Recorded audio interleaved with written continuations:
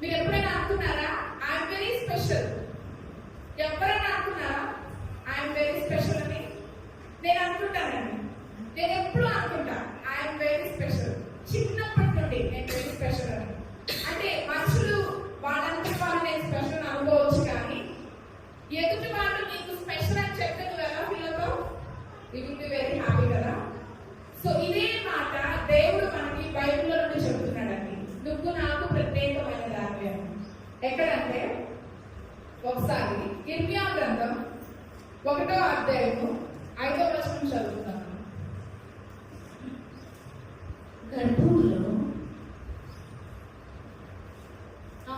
గర్భములో నేను నిన్ను రూపింపక మునిపే నిన్నెరిగితిని, నీవు గర్భము నుండి బయలుపడక మునిపే నేను నిన్ను ప్రతిష్ఠించితిని, జనములకు ప్రవక్తగా నిన్ను నియమించితిని. ఏమంటాడండి? గర్భంలో నేను నిన్ను రూపింపబడక మునిపే ఎరిగితిని, నీవు గర్భం నుండి బయలుపడక మునిపే నేను నిన్ను ప్రతిష్ఠించితిని. ఈ మాట దేవుడు ప్రతి ఒక్కరికి చెప్తున్నాడండి. నువ్వు గర్భంలో రూపింపబడక మునిపే దేవుడిని ఎరిగాడంట. అంటే నువ్వు స్పెషల్ కాదా? నువ్వు ఎవరికి జన్మించాలి, ఎవరి కడుపులో నుండి నువ్వు బయటికి రావాలి అని దేవుడు ముందే నీ కొరకు ఒక ప్రణాళికని కలిగి ఉన్నాడు. ప్రతి ఒక్కరికి దేవుడు ఈ మాట చెప్తున్నాడండి. గర్భంలో రూపింపబడక మునిపే ఆయన నిన్ను సృష్టించాడని, ఆయన నీ కొరకు ప్రణాళిక కలిగి ఉన్నాడని తెలుస్తుంది. ఈ వాక్యంలో మనకి మూడు మాటలు మెయిన్ గా మనకు కనిపిస్తూ ఉంటాయి. ఒకటి ఏంటంటే ముందుగా నిన్ను ఎరిగిన దేవుడు. అవునా? ముందుగా నిన్ను ఎరగడం ఎలా ఎరగాడంటే గర్భంలో రూపింపడక మునిపే నిన్ను ప్రతిష్ఠించాడు. అంటే నీ కొరకు ఆయన ఒక ప్రణాళికని కలిగి ఉన్నాడు. అవునా? రెండోది ప్రత్యేకమైన ఏర్పాటు. మీరు పుట్టక ముందే మిమ్మల్ని మీ అందు ఆయన ఒక ప్రత్యేకమైన ఏర్పాటు కలిగి ఉన్నాడండి. ఇప్పుడు నవ్యాన్ని పుట్టించాడంటే కేవలం నవ్యం కోసం తను అనుకుంటదేమో, నేను చదువుకోవడానికి, నేను ఎదగడానికి, నేను ఉద్యోగం చేసుకోవడానికి దేవుడు నన్ను పుట్టించాడని తను అనుకుంటున్నామో, కానీ నవ్య పట్ల దేవుడు ప్రణాళిక వేరే ఉన్నది. అవునా? ఇదే వాక్యంలో ఒక నియమం కనిపిస్తుంది. భూమి మీద ఆయన మనుషులు పుట్టించినందుకు గాను వారికి ప్రతి ఒక్కరికి ఒక్కొక్క పాత్రను ఇస్తాడు, ఒక్కొక్క బాధ్యతని అప్పగిస్తాడు. అవునా? ఇప్పుడు చాలా మంది దైవజనులుగా ముందే ఉండుంటారు కదా, వారు దైవజనులుగా అవడానికి దేవుడు నిర్ణయించాడా, లేకపోతే వాళ్ళే అయిపోయారా? దేవుడు వారిని పుట్టించి గర్భంలో నిర్మించి వారు బయటకు వచ్చిన తర్వాత ఈ పాత్రను పోషించిన తర్వాత వారికి దైవజనుడు అనే బాధ్యతని ఇస్తాడు. అవునా? ఈ నియామకం ఎలా జరుగుతుందంటే ఆయన నిన్ను ఒక దేవుడి సేవకుడిగాను దేవుడు నిన్ను నిర్మిస్తున్నాడు. అవునా? ఎంతమంది మాటకి ఏం చూపిస్తారండి?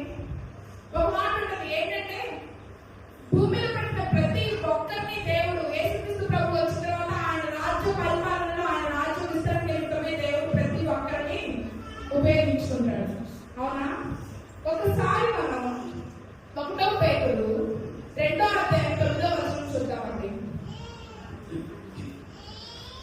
1వ పేతురు 2వ అధ్యాయం 9వ వచనం.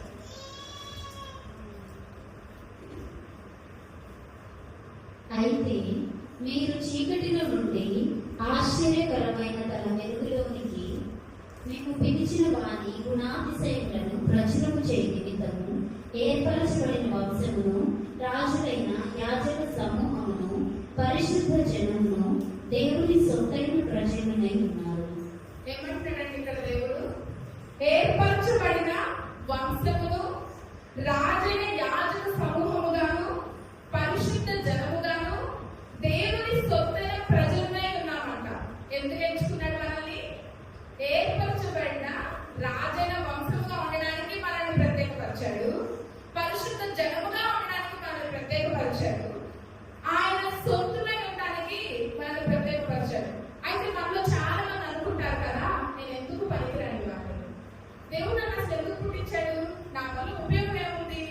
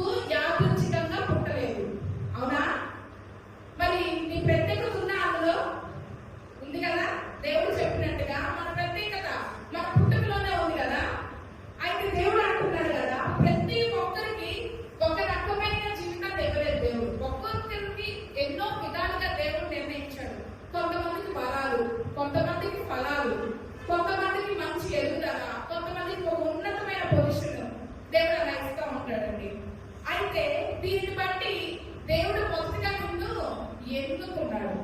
అవునా? అవునా కదా? ఎంతమంది చెప్తారంటే దేవుడు నన్ను ఎన్నుకున్నాడని? ఈ మాట బైబిల్లో ఉందండి. ఎఫెసీ పత్రిక 1వ అధ్యాయం 4వ వచనం చూడండి.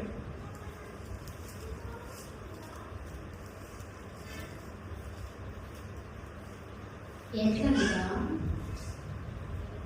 తన ప్రియుని యందు తాను ఉచితముగా మనకు అనుగ్రహించిన తన కృపా మహిమకు కీర్తి కలుగునట్లు తన చిత్త ప్రకారమైన దయా సంకల్పము చొప్పున యేసుక్రీస్తు ద్వారా తనకు కుమారులుగా స్వీకరించటకై మనలను ముందుగా తన కోసము నిర్ణయించుకొని మనము తన ఎదుట పరిశుద్ధులను నిర్దోషులమై ఉండవలెనని జగత్తు పునాది వేయబడక మునుపే ప్రేమ చేత ఆయన క్రీస్తులో మనలను ఏర్పరచుకొని.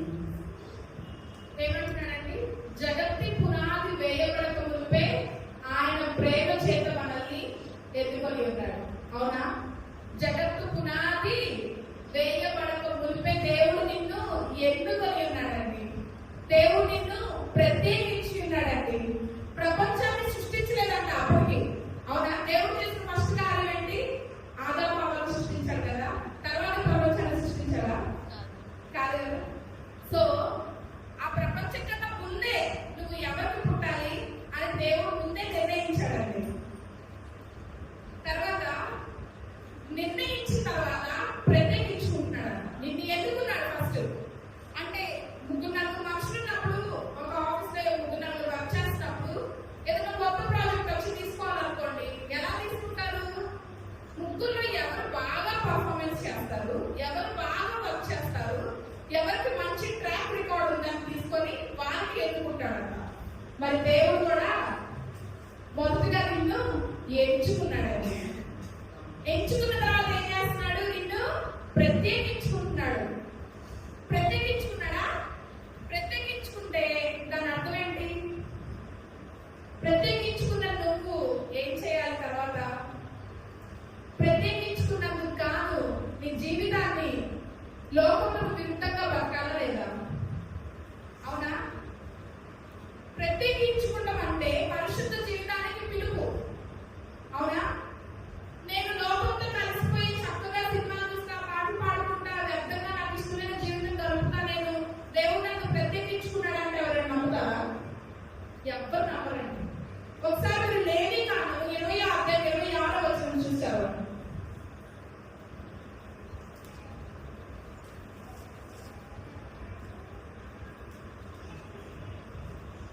యెహోవా అను నేను పరిశుద్ధుడును, మీరు నా వారై ఉండునట్లు అన్య జనుల్లో నుండి మిమ్మును వేరుపరచింది కదా. ఏమంటున్నాడు ఇక్కడ? అన్య జనుల్లో నుండి మనల్ని వేరుపరిచాడంట. ఎందుకు? ఆయన పరిశుద్ధుడు కాబట్టి. ఆయన మనం కూడా పరిశుద్ధుగా ఉండడం కోసం అన్య జనుల నుండి మనల్ని వేరు చేశాడండి. వేరు చేశాడంటే మనం ఎలా చెప్తాము? అంటే నవ్యాన్ని దేవుడు అన్య జనుల నుండి వేరు చేశాడంటే మనం ఎలా చెప్పగలం? ఏం చూసి చెప్పగలం? తన మాట, తన ప్రవర్తన, తన ఆలోచనలు, తన జీవన శైలిని చూసి దేవుడు నవ్యాన్ని ప్రత్యేకపరచాడని చెప్పగలం. అవునా? మరి మన మాట, మన ప్రవర్తన, మన జీవన శైలి లోకంలో వేరే యుగంగా అన్యులు నిన్ను చూసినప్పుడు నీ మాట, నీ జీవన శైలి, నీ ప్రవర్తన చూసి అవునమ్మా ఇతను క్రీస్తుని నమ్ముకున్న దేవుడు, ఇతను పరిశుద్ధుడు, క్రీస్తు ఎలా పరిశుద్ధంగా ఉంటున్నాడో ఇతను కూడా అదే పరిశుద్ధంగా ఉంటున్నాడని ఎవరు చెప్తున్నారు ఈ లోకంలో? మిమ్మల్ని చూసి దేవుడు చెప్తున్నాడు కదా, నేను పరిశుద్ధుడు కాబట్టి మీరు కూడా లోకంలో వేరై పరిశుద్ధతను కలిగి ఉన్నామని చెప్తున్నాడు. ఈ రోజు నుండి మనలో ఎంతమంది పరిశుద్ధతని సంతరించుకొని బతుకుదాం అనుకుంటున్నామో ఒక్కసారి నిర్ణయించుకోండి.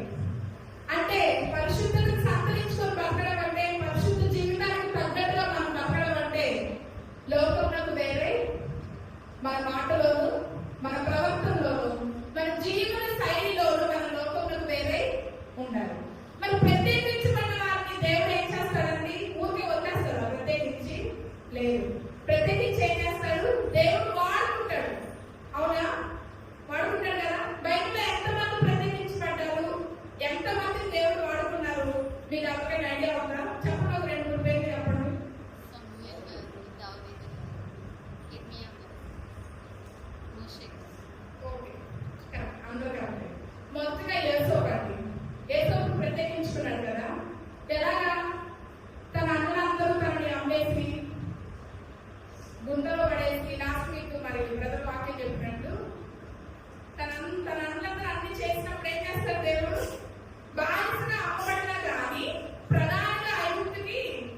చేశాడు. తర్వాత దావీదండి. దావీదుని ఏం చేస్తాడు? అరణ్యవాసం అనుభవించాడు. అవునా? ఇశ్రాయేలుకి రాజుని చేశాడు.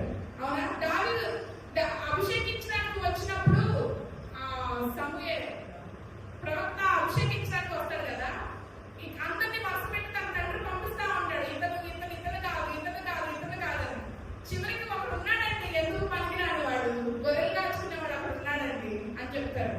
అప్పుడు ఆ ప్రవక్త అంటాడు కదా, అతను పిలవండి, అతను అభిషేకిస్తానని చెప్తాడు.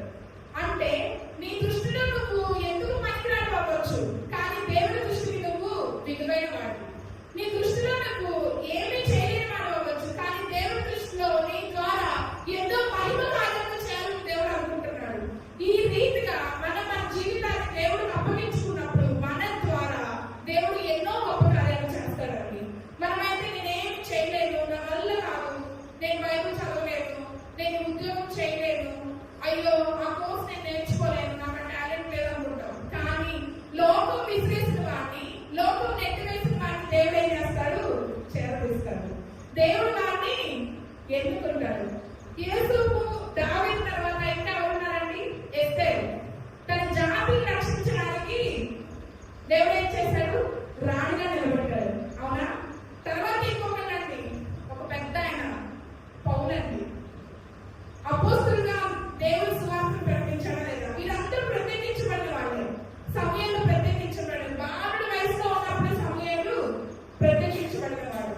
మరి మనకు కూడా ఇప్పుడు ఎవరైనా నేను ప్రత్యేకించబడిన దాన్ని కాదని ఎవరైనా చెప్పగలరా? ఈ వాక్యం బట్టి చూస్తే దేవుడు ఏమంటున్నాడు? You are special to me. You are not special to any others, but you are special to me. ఎన్నో రకాలుగా నువ్వు బాధింపబడవచ్చు, ఎన్నో రకాలుగా నువ్వు నీ మనుషులు, నీ చుట్టాల ద్వారా కానీ, నీ యొక్క శత్రువుల ద్వారా కానీ నువ్వు నెట్టివేయబడి ఉండొచ్చు. కానీ ఇప్పుడు దేవుడు అంటున్నాడు కదా, ఈ రోజు నీతో నువ్వు నాకు స్పెషల్.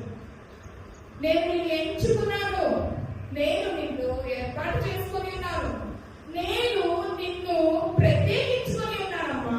బాధపడద్దు, దిగులు పడద్దు, ఈ రోజు నేను నీ కోసం నుంచుని ఉన్నాను అని మీతో దేవుడు మాట్లాడుతున్నాడండి.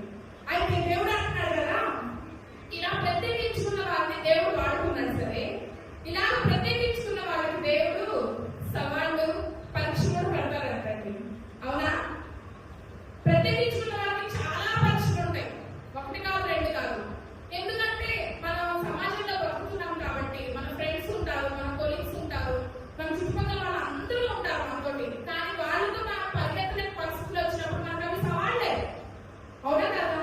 యేసుకు సవాల్ లేదా? బానిసగా బ్రతికాడా లేదా యేసు? అవునా? చెరసాలలో వేయబడ్డా? సవాల్ అనుభవించాడా? అనుభవించాడు కదా. కానీ సవాల్ అనుభవించినప్పటికీ దేవుడిని విడిచిపెట్టలేదు.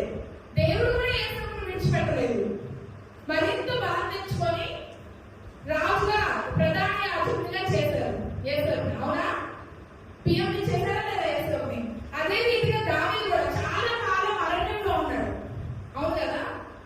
మరి అవన్నీ సవాలే కదా. దావీదుకి ఎన్ని సవాళ్ళు వచ్చి ఉంటాయి? తను తప్పు చేసినప్పటికీ తను చేసిన ప్రార్థన, పశ్చాత్తాపడ్డాడు దేవుని దగ్గర.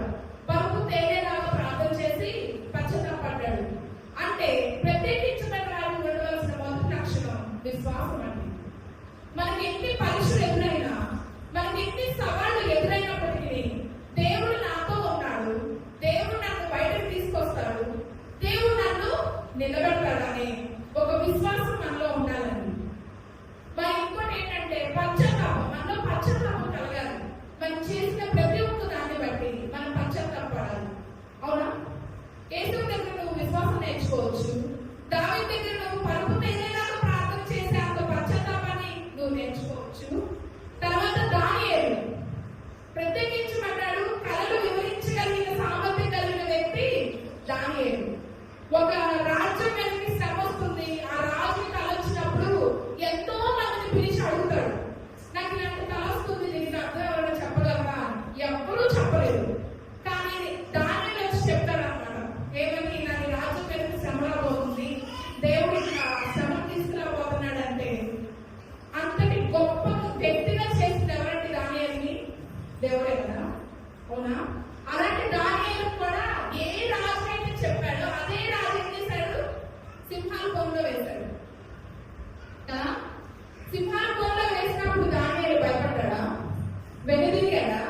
దేవుడు విడిచిపెట్టాడా? కానీ దానియేలు విడిచిపెట్టలేదు, దేవుడు వాళ్ళని తిరస్కరించలేదు. సింహాలకే భయం పుట్టేలాగా దానియేలును దేవుడు ప్రత్యేకపరుచుకున్నాడు. మరి కొత్త నిబంధనలో చూస్తే ప్రత్యేకపరచబడిన వాళ్ళలో మరియ తల్లి ఉన్నారా? మరియ తల్లి మీద పెళ్లి కాక ముందే ఒక నింద, ఆమె సవాల్ని ఎదుర్కొంది కదా. మరి ఆయన సవాల్ని ఎదుర్కొని దేవుడి చిత్తాన్ని నెరవేర్చింది. ఆమె ఎదుర్కొంటే యేసుక్రీస్తు ప్రభువారు ఈ భూమికి రాగలిగారు. ఇట్లాగా దేవుడు ప్రత్యేకించిన ప్రతి భక్తులకి సవాళ్ళు ఇస్తాడండి. ఆ సవాళ్ళను చూసి మనం భయపడకూడదు. ఈ రోజున నువ్వు వచ్చేసిన దగ్గర నీ మేనేజర్ నీకు సవాల్ అవ్వచ్చు, నువ్వు చేస్తున్న వర్కే నీకు సవాల్ అవ్వచ్చు, ఆర్ఎల్స్ నువ్వు నీ ఇంట్లో నీ సమస్యలే నీకు సవాల్ అవ్వచ్చు, లేకపోతే అమ్మో ఈరోజు కష్టానికి వస్తుంది, నేను కట్టుకోవాల్సినవి చాలా ఉన్నాయే, నా దగ్గర ఏమి లేవే, ఇది కూడా నీకు సవాల్ అవ్వచ్చు కదా. కానీ దేవుడు అంటున్నాడు కదా, నేను మీతో ఉన్నాను, మిమ్మల్ని నేను ప్రత్యేకించుకున్నాను, మిమ్మల్ని నేను ఎంచుకున్నాను, మిమ్మల్ని నేను ఏర్పాటు చేసుకొని ఉన్నాను. మీ యొక్క ప్రతి సవాల్లో, మీ యొక్క ప్రతి పరీక్షలో నేను మీతో తోడుగా ఉంటున్నానని చెప్తున్నాడండి. అయితే ప్రత్యేకించబడిన వాడు రోమిల పత్రిక 8:28 వచనంలో ఉంటుంది చూడండి.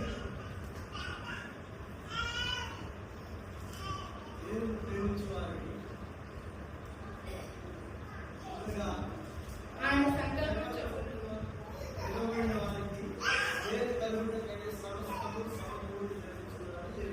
కదా. ఏమంటున్నాడండి దేవుడు ఇక్కడ? దేవుని ప్రేమించే వారికి, ఆయన సంకల్పం చొప్పున పిలువబడిన వారికి మేలు కలుగుటకై సమస్తము సమకూడి జరుగుతున్నవి. ఎంతమంది విశ్వసిస్తున్నారండి ఈ మాటని? నాకు సమస్తము సమకూడి జరుగుతున్నాయి. నిన్ను ప్రత్యేకించుకున్నాడు, నిన్ను ఉపయోగించుకుంటున్నాడు, నీ కొరకు సవాలిస్తున్నాడు. మరి సవాలిచ్చిన దేవుడు నీకు వాగ్దానం ఇస్తున్నాడు. నిన్ను పిలుచుకున్నాను, నీ కొరకై సమస్తము సమకూడి జరుగునట్టుగా నేను చేస్తున్నాను. దీన్ని మీరు విశ్వసించండి.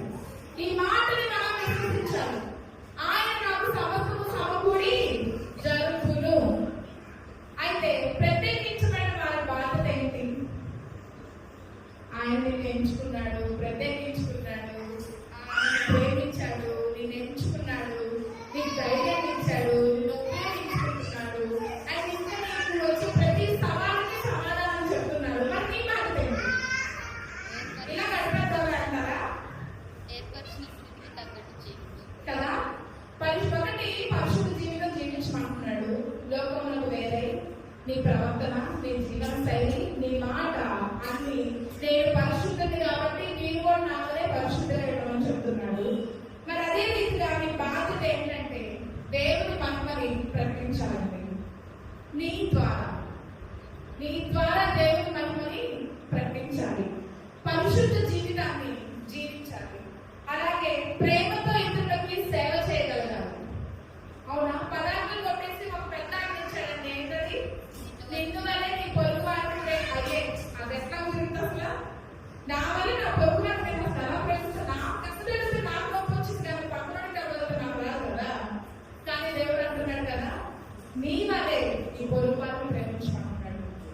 నిన్ను ఇతరుల్ని ప్రేమతో ఆదరించమంటున్నాడు. ప్రత్యేకించబడిన వారికి ఇచ్చిన బాధ్యతలు ఇవన్నీ. దేవుడిని ప్రకటించాలి, పరిశుద్ధ జీవితం జీవించాలి, ప్రేమతో ఇతరులకు సేవ చేయాలి, సువార్తని ప్రకటించాలండి. పౌలు సువార్త ప్రకటించాడు కదా, అవునా? ఆయన శిష్యులు అందరూ సువార్తను ప్రకటించిన వారే. ఎన్నో కొంతమంది అయితే మత సాక్షిమానమే పొందిన వారు శిష్యులందరూ. అవునా? మనం ఇప్పుడు మత సాక్షిమానం పొందట్లేదు, కానీ మనకున్న పరిస్థితిని బట్టి దేవుడిని మనం ప్రకటించాలండి. దేవుని సువార్తని మనం ప్రకటించే వారిగా ఉండాలండి. దేవుడు మనకు ఎన్నో వరాలు ఇచ్చిన్నాడు. కొంతమందికి వరాలు, ఫలాలు ఎన్నెన్నో ఇచ్చాడు. కొంతమంది ప్రవచించగలరు, కొంతమంది దర్శనాన్ని చూడగలరు, కొంతమంది స్వస్థత చేయగలరు, కొంతమంది ప్రార్థనతోనే ఎన్నో సమస్యలను జయించగలరు. మరి వీటన్నిటిని నీవు నీ కోసమే వాడుకుంటున్నావా, ఇతరుల కోసం వాడుతున్నావా? ఒక్కసారి ఆత్మపరిశీలన చేసుకుందామండి. మరి దేవుడు అంటున్నాడు కదా, ఈ రోజు నేను నీకు ఒక వరం ఇచ్చాను,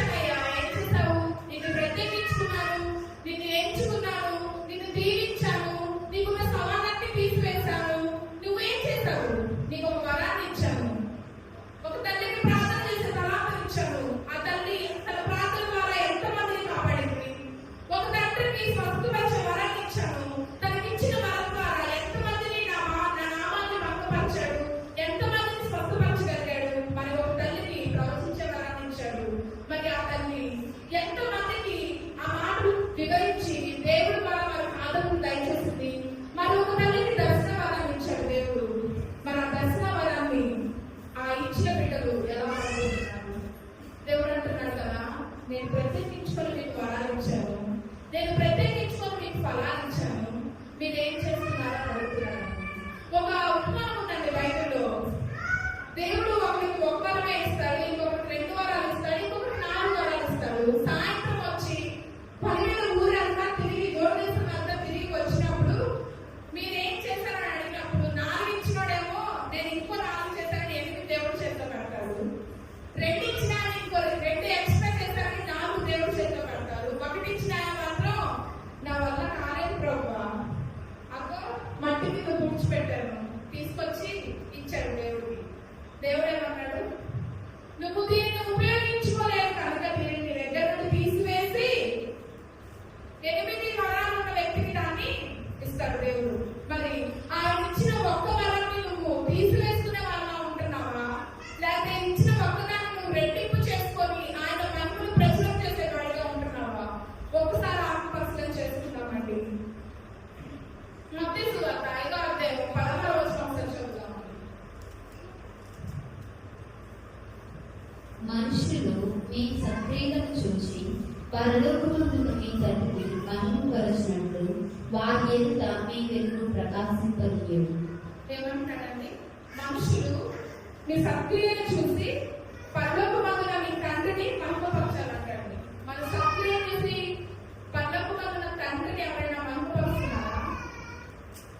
పలానా సింగు ఉందమ్మా, తన నోటి మాట దేవుడు ప్రతిరూపంగా ఉంటుందని ఆమె చెప్తున్నారా? అంటే ఏంటక్కడ మన సక్రియ కనపడట్లేదు. అవునా? ఎలా కనిపిస్తుంది మీ సక్రియ? ముందు చెప్పినట్టుగా మన మాట, మన జీవన శైలి, మన ప్రవర్తన సరిచేయబడితే తప్ప మనలో నుండి సక్రియ బయటకు రాదు. ఎప్పుడైతే నీలో నుండి సక్రియ బయటకు వస్తుందో నీ ద్వారా ఎవరు పొందుపడుతున్నాడు? దేవుడు కదా. మరి దేవుడు నీ కోసం ఎదురు చూస్తున్నాడు. ఎప్పుడు నా బిడ్డ ద్వారా నేను మహిమను పొందుకుంటాను అని. ఈ రోజు నాకు ఎప్పటికీ ఇంకా ఇంతే, నా జీవితం ఇంతే, నా బతుకు ఇంతే, నేనేమీ చేయలేదు, దేవుడు నన్ను ఎందుకు పుట్టించాడో అని ఆలోచన కలిగి ఉన్నావా? దేవుడు నన్ను ఒక కారణం చేత పుట్టించాడు. ఆయన నన్ను ప్రత్యేకించుకున్నాడు, ఆయన నన్ను ఏర్పరచుకున్నాడు, ఆయన నన్ను ఎంచుకున్నాడు, ఆయన నా మీద ఒక నిర్దిష్ట ఉద్దేశం కలిగి ఉన్నాడు, ఆయన నన్ను సృష్టించడానికి ఒక కారణం ఉంది అని ఎవరైనా ఆలోచిస్తున్నారా? ఒక బైబిల్లో ఒక ఉపమానం ఉంటుంది. ఒక శరీరం దగ్గర ఒక అతను గుడ్డుగా పడుంటాడు. ఎప్పుడైతే అక్కడ అందులో వాటర్ ఫస్ట్ వచ్చిందో అప్పుడైతే తను వెళ్ళాలనుకుంటా ఉంటారు. ఆ ఉపమానం ఎంతమంది దొరుకుతుంది? దుష్టులోకి. సారీ. మరి అప్పుడు దేవుడు అంటాడు కదా, దేవుడిని శిష్యులు అడుగుతారు, ఇతను ఎందుకు ఇలా పుట్టాడు, ఇతని తల్లిదండ్రులు ఏమన్నా పాపం చేశారా, లేకపోతే వేరే ఏదైనా అంటే దేవుడు అంటాడు కదా, ఇతని ద్వారా నేను మహిమపరచబడిన నిమిత్తము ఇతను ఇలా పుట్టి ఉన్నాడని చెప్తారు. అంటే దేవుడు తనకంటే ముందే నిర్దిష్ట ఉద్దేశము కలిగి ఉన్నాడు. అంటే కుష్ఠరోగం ఇవ్వటం తనకి కాదు, దేవుడు నిర్ణయించింది కాదు. ఎందుకు? ఆ శరీరంలో పడి స్వస్థత తెచ్చుకోవడం కాదు, దేవుడు తనకు నిర్ణయించింది. తనకున్న కుష్ఠరోగానికి ఎలా యేసుక్రీస్తు ప్రభువు వారే వచ్చి స్వస్థపరచడం కదా. అవునా? అంటే నీ బట్టి నా బట్టి కూడా ముందే దేవుడు ఒక నిర్దిష్టమైన ఉద్దేశాన్ని కలిగి ఉన్నాడు. ఇంతవరకు పరిగెత్తలేమో, ఇంతవరకు నీలో నువ్వే బాధపడుతూ ఉండిపోతున్నావేమో, నాకు ఇంకా ఉద్యోగం రాలేదని, నాకు ఇంకా పెళ్ళి అవ్వట్లేదని, నాకు ఇంకా పిల్లలు పుట్టట్లేదని, నాకు ఇంకా మేలు జరగట్లేదని ఆలోచిస్తున్నావా? నిన్ను ఏర్పరచుకుంది దేవుడు, నిన్ను ఎంచుకుంది దేవుడు, నిన్ను ఏర్పాటు చేసుకుంది దేవుడు, నిన్ను ప్రత్యేకించింది దేవుడు, నిన్ను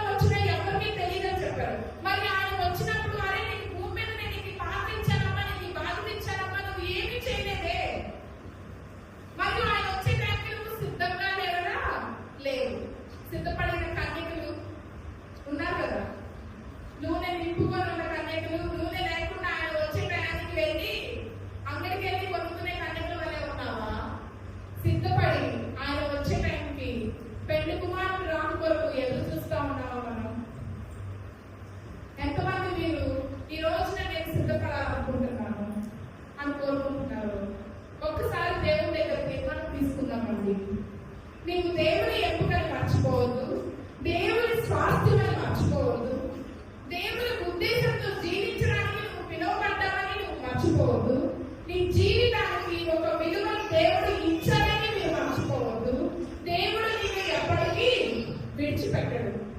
కాబట్టి సహోదరులారా, లోకం నిన్ను నెట్టివేయవచ్చు, దేవుడు నిన్ను ఎన్నుకున్నాడు, మనుషులు నిన్ను తృణీకరించవచ్చు, కానీ దేవుడు నిన్ను చూస్తున్నాడు. నీ పిలుపుకు తగిన విధంగా పరిశుద్ధంతో జీవిస్తూ దేవుడిచ్చిన బాధ్యతను నేను తీసుకోవాలనుకుంటున్నావా? ఈరోజు దేవుడు నేను అడుగుతున్నాడు. ఆయన పిలుపుని నీవు అంగీకరించి ఆయన ప్రత్యేకరించిన విధానాన్ని బట్టి నిర్వహిస్తూ నీ జీవితాన్ని తగ్గట్టుగా మార్చుకోవాలనుకుంటున్నావా? ఇవాళ దేవుడు నేను అడుగుతున్నాడమ్మా, ఒక్కసారి గుర్తు చేసుకోండి. నువ్వు ప్రత్యేకించబడిన వాడవని, నువ్వు విడిచిపెట్టబడవని, నీకు సవాలించిన ఆయన సహాయం చేస్తాడని, నిన్ను ఎన్నుకున్నాడని, నీ కొరకు ఆయన సమస్తము సమకూర్చి పెడుతున్నాడని మీరు ఎరిగి ఉండండి. నువ్వు యాదృచ్ఛికంగా పుట్టలేదంటున్నాడు, అవునా? ఇప్పుడు నేను చెప్తాను కదా, నాకు అలవాటు చిన్నప్పటి నుండి నేను చాలా లక్కీయెస్ట్ పర్సన్ మమ్మీ అని చెప్తాను మా మమ్మీకి. ఈవెన్ నా భర్త గారు కూడా నేను అదే చెప్తాను, నేను చాలా లక్కీయెస్ట్ పర్సన్ అని. ఎందుకు అంటే దేవుని చిత్తం మన మీద ఉంది అని మనం ఎరిగినప్పుడు మనం ఏమని చెప్తాము?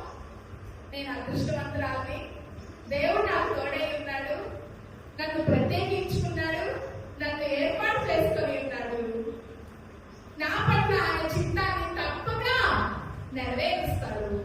ఈరోజు నీ కష్టం ఏదైనా, నీ బాధ ఏదైనా, నీ దిగులు ఏదైనా, నీ చింత ఏదైనా, నీ యొక్క హృదయ లోపల నువ్వు పడుతున్న అగాధ లోయలో ఉన్న బాధ నీకు ఏదైతే ఉందో, ఇదిగో దేవుడు నీతో ఈరోజు మాట్లాడుతున్నాడు.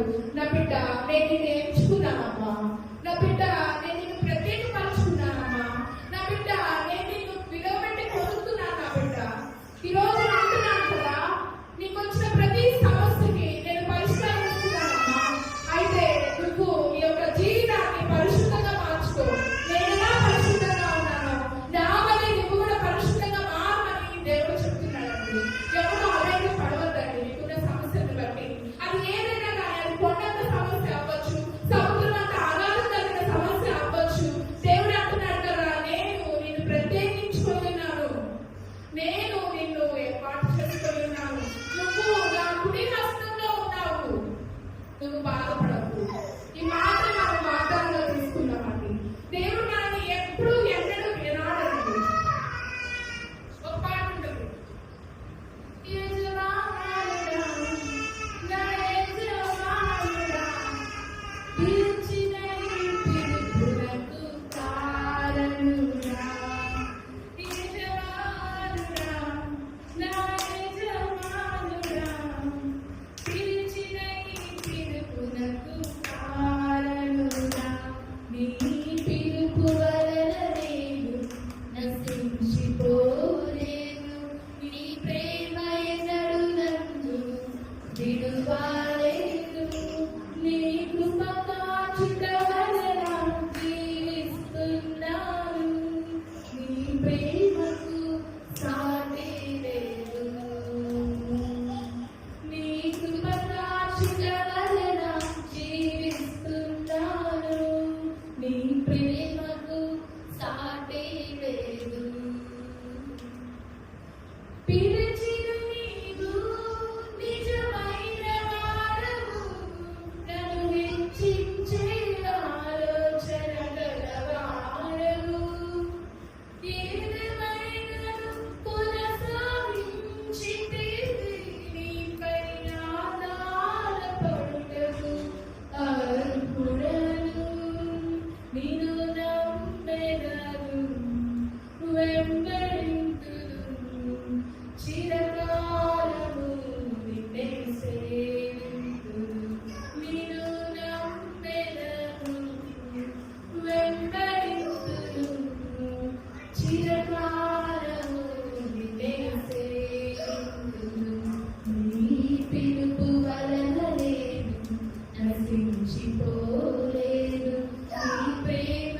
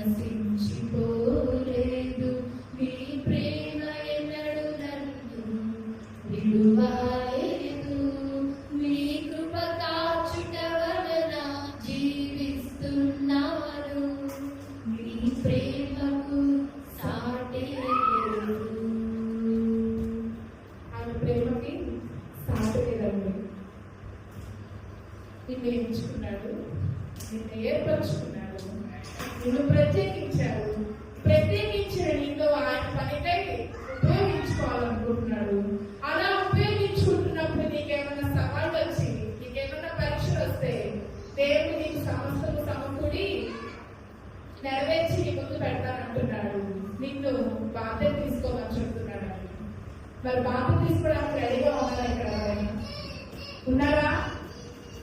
ఎంతమంది బాధ్యత తీసుకోవాలనుకుంటున్నారండి?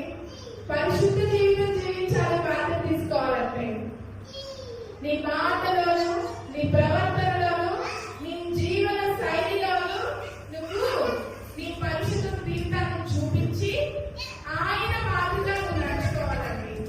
ఎంతమంది నన్ను ప్రత్యేకించారు కాబట్టి నేను దేవుడి పనికి ఉపయోగపడాలనుకుంటున్నాను, వారందరూ ఇవాళ తీర్మానం తీసుకున్నామండి. మనందరం లేచి నిలబడినట్లయితే ఒక్కసారి ప్రార్థన చేసుకుందామండి. ఈ రోజు ఆయన సన్నిధానంలో ఒక తీర్మానం మనం తీసుకుందామండి. దేవా తండ్రి, అయ్యా నన్ను ప్రత్యేకించినందుకు నీకు వందనాలయ్యా. అయ్యా ఈ రోజున నేను ఇంతకాలం నా బ్రదలో బ్రతికానేమో నా తండ్రి. ప్రభువా నువ్వైతే నాకు చెప్తున్నావు కదా, నేను నిన్ను ఎంచుకున్నానమ్మా. నువ్వైతే నాతో అంటున్నావు కదా, నేను నిన్ను ప్రత్యేకించుకున్నానమ్మా. నువ్వు నాతో అంటున్నావు కదా నా తండ్రి. అయ్యా నువ్వు నన్ను ప్రత్యేకించి నన్ను నీ పనిలో వాడుకోవాలనుకుంటున్నానని చెప్తున్నావు నా తండ్రి. అవును ప్రభువా, ఈ రోజు నేను సిద్ధంగా ఉన్నానయ్యా. నువ్వు నీ పనికి నన్ను వాడుకోండి నా తండ్రి. నీ పని చేయడానికి నాకు బుద్ధిని, జ్ఞానము దయచేయమని అడుగుతున్నానయ్యా. అయ్యా నీ పిలుపుకు తగ్గ ఫలితాన్ని నేను అనుభవించడానికి సహాయం దయచేయండి నా తండ్రి. అదే రీతిగా దేవుడితో మాట్లాడుతూ